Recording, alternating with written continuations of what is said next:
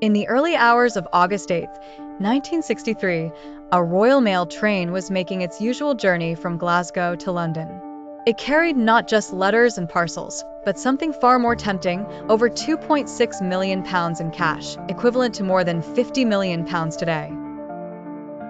Near the village of Berdago Bridge, Buckinghamshire, the train was stopped by a gang of 15 skilled robbers in what became known as the Great Train Robbery, one of Britain's most famous crimes. Using a false signal light, the gang tricked the train into stopping. They then boarded it, overpowered the train driver, Jack Mills, and uncoupled the front two carriages. They drove the engine a bit further down the track to a waiting truck and began unloading the cash-filled mailbags. The entire operation took just 30 minutes. The gang had prepared meticulously. They had inside information, walkie-talkies, a hideout in a rented farmhouse, and had even trained how to break into the mailbags efficiently. They planned to lay low for a few months before disappearing with their loot. But things didn't go exactly as planned. They left behind too much evidence in the farmhouse, like fingerprints and food packaging. Within weeks, 11 of the 15 gang members were arrested. But crucially, not all the money was recovered. Over £1.5 million was never found. 4 robbers were never caught.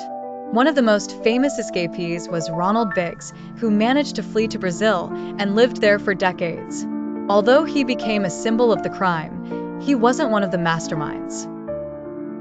Others, like the Ulster Man, believed to be the inside man from the Postal Service, were never identified. The crime captured the public's imagination. The robbers didn't use guns, though the train driver was injured, and they didn't kill anyone.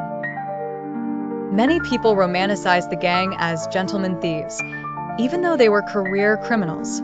The British government responded harshly. Several of the captured robbers received sentences of 30 years, among the longest ever given for a non-violent crime in UK history. The Great Train Robbery remains unsolved in one crucial aspect: what happened to the missing money? And who are the unknown men who escaped justice? Even today, some believe that a portion of the loot is still hidden somewhere in the English countryside, waiting to be found.